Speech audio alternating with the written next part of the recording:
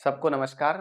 मैं डॉक्टर छैल बिहारी शर्मा। प्राकृतिक चिकित्सा के माध्यम से हम लोग ये उच्च रक्तचाप को कैसे बैलेंस कर सकते हैं, इस पर चर्चा करते हैं। जब हमारा रक्त का प्रेशर बहुत ज़्यादा बढ़ने लग जाता है तो हमको बीमारी हो जाती है उच्च रक्तचाप की। जब आपको लगता है बहुत ज़्यादा रक्तचाप ज़्यादा हो जाता है तो दिमाग में प्रॉब्लम हो जाती है, तो किसी को पैरालिसिस या किसी को हार्ट अटैक होता है, ब्रेन हेमरेज हो जाता है, ऐसी कई बीमारियां हो जाती है, स्मृति भी चली जाती है, बहुत से लोगों की नींद नहीं आती है। तो हम लोग उच्च रक्तचाप को प्राकृतिक चिकित्सा से कैसे बैलेंस कर सकते हैं इमरजेंसी में, यानी कि आपका चाप बहुत ज़्यादा बढ़ गया है तो उसको इमरजेंसी में बैलेंस करने का सबसे बढ़िया फार्मूला है ठंडे पानी में। एक तो होता है गर्म, एक होता है ठंडे। तो ठंडे पानी में तौलिया भिगो करके सबसे पहले सिर पर रखना चाहिए, ताकि आपका ब्लड का जो प्रेशर दिमाग की ओर जा रहा है वो ठंडे पानी से बिल्कुल नहीं जाएगा, प्रेशर नहीं बढ़ेगा। और इस प्रेशर को, यानी कि सिर को ठंडा करना। जब भी आपने देखा होगा सिर दिन का ज़्यादा गर्म रहता है, उनको पैरालिसिस अटैक ज़्यादा होते हैं। तो सबसे पहले ठंडे यानी कि तौलिए से भिगो करके सिर को एकदम ठंडा कर दें। दूसरा प्रयोग, गर्म पानी में पैर रख दें। ये गर्म पानी जो है पैरों के लिए, ये एक बहुत ही बड़ा साइंस है कि जैसे ही ब्लड प्रेशर ऊपर की ओर बढ़ता है तो हमारे दिमाग में नसों को फाड़ देता है, नसों को ब्लॉक कर देता है या नसों को तोड़ देता है, तो आदमी पैरालिसिस हो जाता है। तो हम गर्म पानी में जैसे ही पैरों को रखेंगे, पैरों की वेंस नलिकाएं चौड़ी हो जाएगी, तो जो प्रेशर ऊपर की ओर जाने वाला था वो नीचे फैल जाएगा, क्योंकि हमारे शरीर में सिस्टम है। गर्म पानी में पैरों को रखने से आपने देखा होगा ना, छोटी छोटी वेंस बहुत होती है, उनको चौड़ा कर दीजिए। तो 2 से 5 मिनट का प्रयोग अगर आप करेंगे तो ब्लड की सप्लाई ऊपर की कम हो जाएगी और आप जो नुकसान होने वाले थे उच्च रक्तचाप से, वो हमेशा आपके लिए ठीक हो जाएंगे, नुकसान नहीं करेंगे। अब हम लोग इसको बैलेंस कैसे रखें? ये तो एक इमरजेंसी का प्रयोग हो गया, जब भी आपको पीपी बढ़े आप बार बार गोलियों की मात्रा नहीं बढ़ाएं, क्योंकि गोलियों की मात्रा आपको ज़्यादा नुकसान करती है। और नेचुरल तरीके से तो प्रेशर को मेंटेन करने के लिए कुछ फार्मूले हैं जो हमारे प्रेशर को नियमितता से मेंटेन कर सकते हैं, उस पर अपन चर्चा करते हैं। होता क्या है कि हमारा जब भी प्रेशर बढ़ता है तो हम लोग जो भी गोली लेते हैं, मेडिसिन लेते हैं, उनका प्रभाव किडनी पर पड़ता है। इसको इसी रूप से समझे कि ये हमारी रक्त की पाइपलाइन है। जब इस पाइपलाइन में बहुत ज्यादा प्रेशर होने लगता है, इसको मेंटेन करने के लिए हम क्या करते हैं, प्रेशर में से या तो इस पाइपलाइन है उसको बड़ी कर लो, जैसे किसी की 2 इंच की है तो 2.5 की कर लो, 3 की कर लो, प्रेशर कम हो जाएगा। या इसमें कई जगह ऐसे वाल्व लगा दो जो पानी को कम करते हो।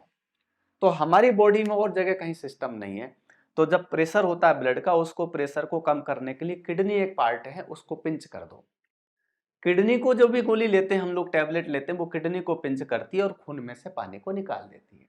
जैसे ही खून में से पानी निकलेगा आपको यूरिन आ जाएगा, आपका प्रेशर कम हो जाएगा। ये हम नियमितता से गोलियों के साथ में करते हैं और हमारा प्रेशर मेंटेन रहता है। लॉन्ग टर्म तक बार बार जब हम किडनी को पिंच करते हैं, खून में से पानी को निकालते हैं, तो आपने देखा होगा बहुत से डॉक्टर से खून पतला होने के हिसाब से कुछ दवा देते हैं, यानी कि खून धीरे धीरे गाढ़ा हो जाता है। इसको भी समझे कि हमारा जो खून है, खून में 90% पानी होता है।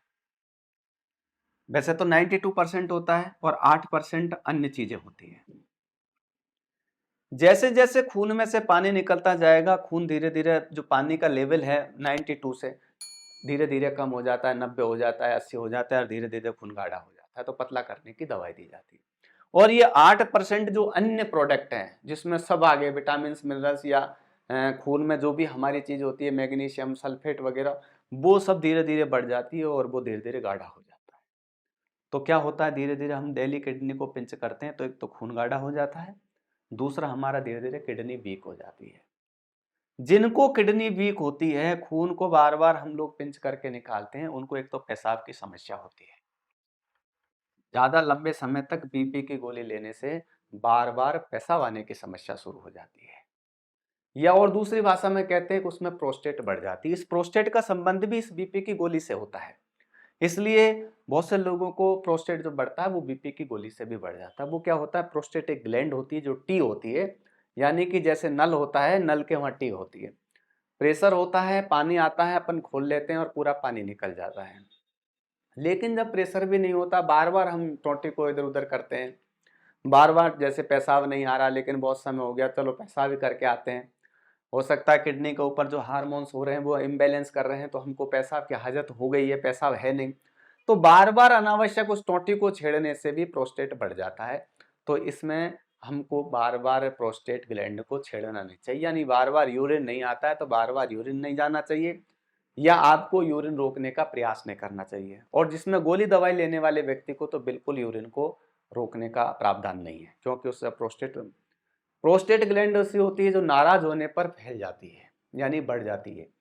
ग्लैंड ऐसी है, जैसे अपन भी कहते हैं नाराज हो गया तो मुंह फुला लिया, तो ऐसे ही हमारी प्रोस्टेट ग्लैंड है जो नाराज होने पर बढ़ जाती है, फूल जाती है।